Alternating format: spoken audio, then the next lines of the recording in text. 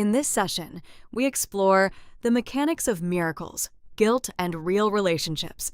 Using a visual synthesis of A Course in Miracles, we will decode how hidden guilt shapes perception, damages connection, and how a shift in vision can restore relationships to clarity, peace, and shared purpose. Our mind operates between illusion and reality.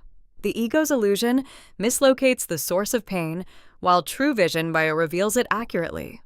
Our objective is to trace how the mind moves from a tangled web of displacement and blame to the unified clarity that sees without distortion.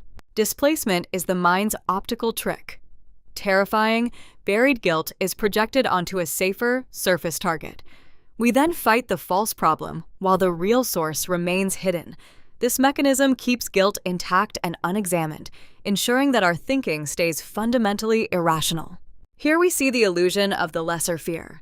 We fixate on manageable worries because we secretly believe the deeper guilt is both real and unbearable.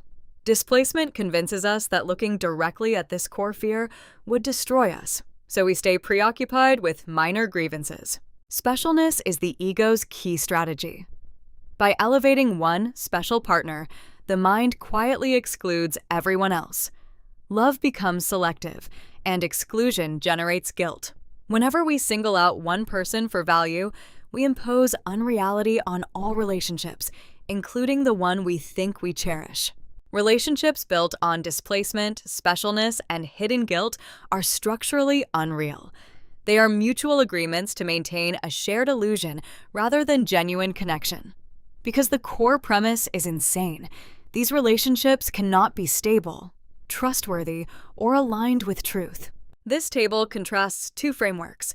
The special relationship rests on hidden guilt, uses displacement, singles out a few, and ends in delusion.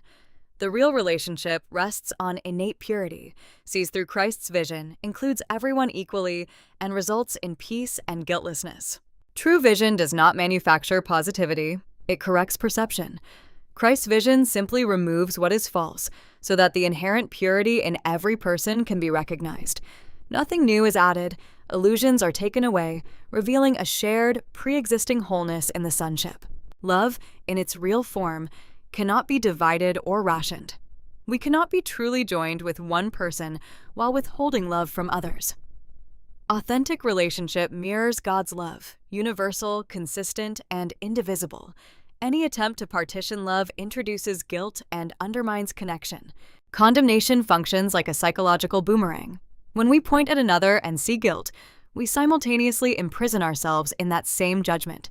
By choosing to perceive a brother as guilty, we lose awareness of our own innocence and forfeit the peace of God within.